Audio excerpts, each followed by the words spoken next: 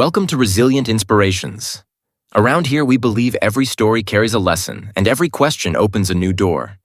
Think of this as friends talking over coffee, exploring ideas together. So let's get started, and I'll pass the mic to the conversation.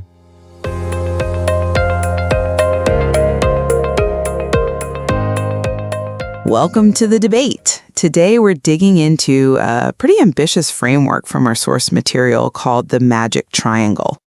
It pulls together bibliotherapy, creative journaling, and emotional intelligence, or EQ, claiming this mixes, a complete science-backed system for the modern mind, aiming for profound emotional clarity. That's right. And it's not just positioned as self-help. The claim is much bigger. It's about uncluttering the soul, improving clarity, relationships, even leadership. It's quite a promise. Yeah, it is. So our central question today really boils down to this. How should we frame this thing? Given the claim of being a complete system for, fundamental emotional healing, should this self-directed magic triangle be seen as a foundational operating system for life, something built on real neuroplastic benefits? And this is crucial, do we need to pump the brakes a bit? Do we need to acknowledge the inherent limitations and frame these powerful, simple tools strictly as auxiliary self-management aids, supplementary to potentially necessary external help, especially when we're talking about the deep wounds or trauma the material itself keeps bringing up? My position is that the real power is in the synergy.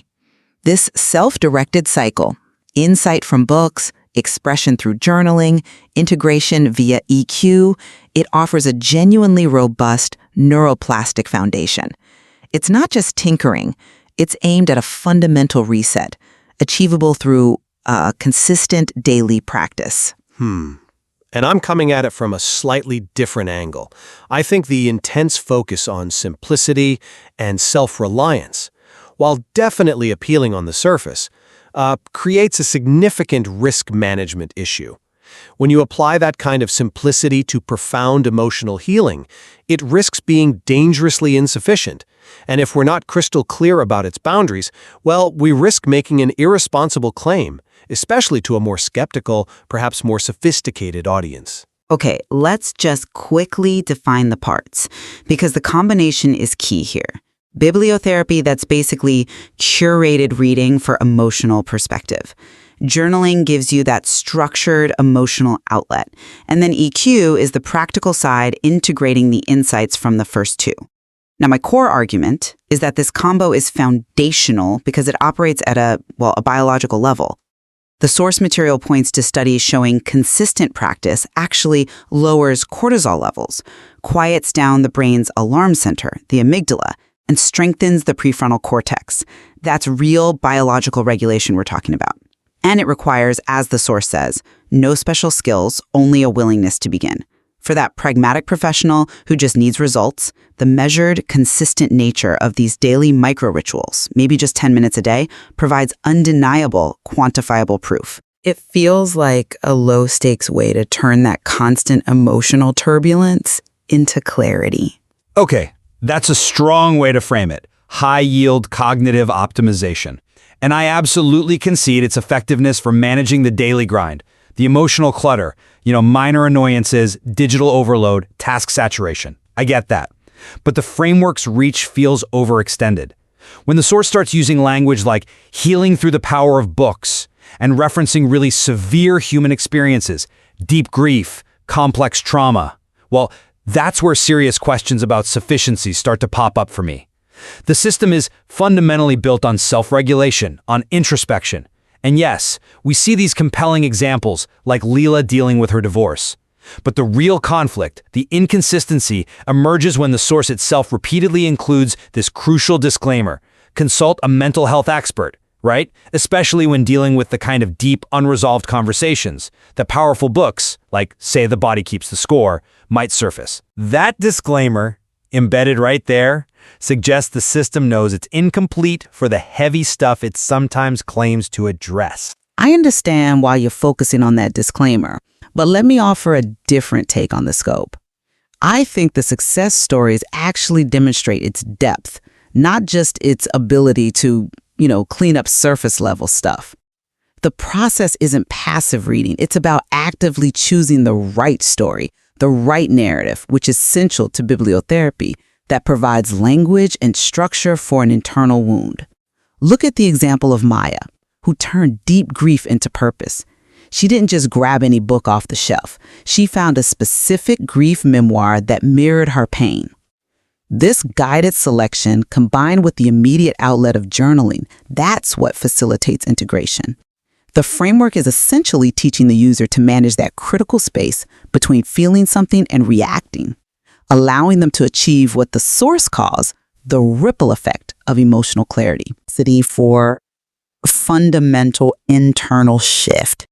That feels like operating system level change to me. But how does the system guarantee or even guide a reader towards the right book for a deep wound without any external perspective?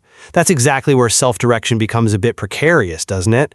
If I'm wrestling with, say, deep-seated anxiety, and I'm left entirely to my own devices to pick reading material, there's a pretty high risk of confirmation bias, right? I might choose a book that just validates my existing, maybe unhealthy coping mechanisms, rather than one that actually challenges me towards genuine, possibly painful transformation. So while the system might address surface symptoms, that intangible weight we carry, the potential human consequence of relying solely on these self-directed tools for really profound issues like trauma could be delayed healing or frankly failed healing.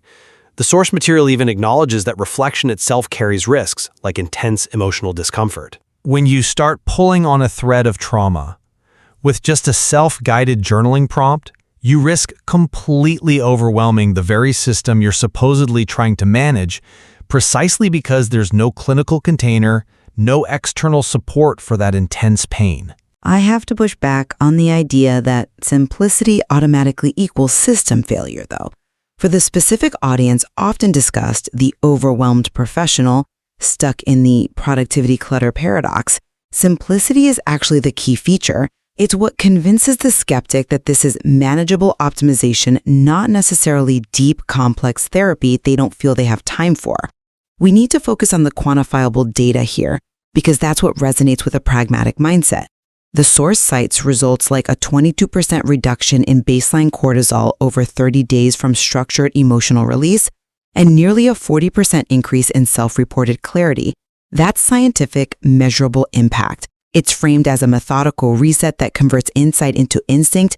It's an effective cognitive offloading technique, reducing ideation latency, making professionals more efficient. This isn't positioned as some lofty spiritual journey. It's about strategic personal performance enhancement.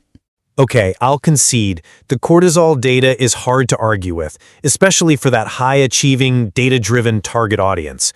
But I'm just not convinced that quantified simplicity is enough to overcome the inherent skepticism of a truly complex thinker facing complex problems. That skeptical executive often sees simplistic solutions for complex issues as, well, potentially manipulative or just shallow. It's that classic self-help paradox, isn't it? So when you package something as a 7-day protocol for stress decluttering, even if the underlying science is solid, the presentation can feel reductive. A sophisticated skeptic understands that real emotional depth usually requires more rigor than what's captured in phrases like journaling being just a platform for raw and authentic expression free from any filters. I mean, ethical responsibility surely demands we acknowledge that while a journal is a vital, safe space, it cannot provide the external validation or the critical clinical feedback needed to challenge one's own blind spots.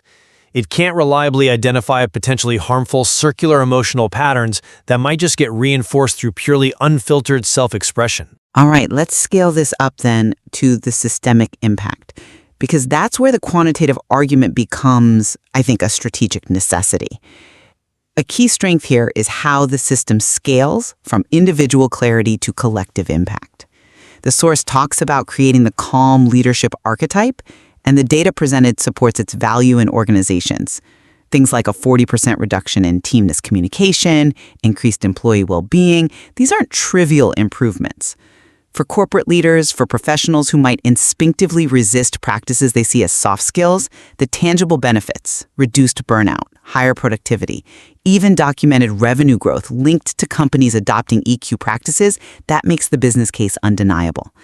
This framework aims to transform emotional insight from a personal luxury into a strategic institutional imperative for developing visionary leadership. That kind of operational shift suggests it is a foundational system capable of structuring organizational culture. I appreciate the documented gains, I really do, but scaling personal practice to collective wisdom is inherently highly risky if that individual foundation is built on superficial compliance. Wouldn't you agree?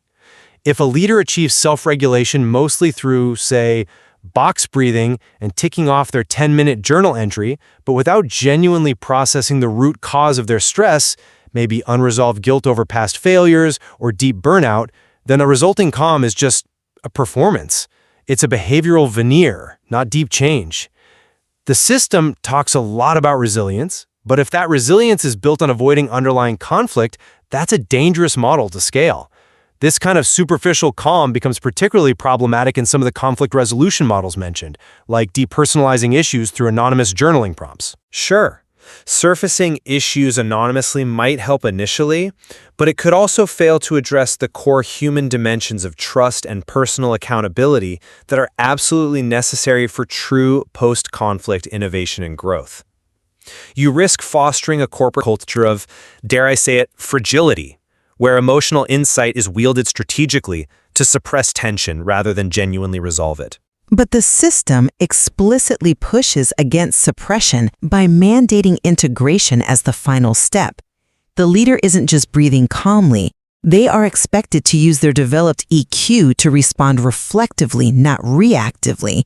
The framework's three-phase model for conflict, gaining perspective via bibliography, expressing grievances through journaling, and then engaging in facilitated EQ dialogues, that structure is designed to move past superficial calm towards strategic strength built on genuine resilience. The whole goal is creating that uncluttered soul that then becomes a template for others.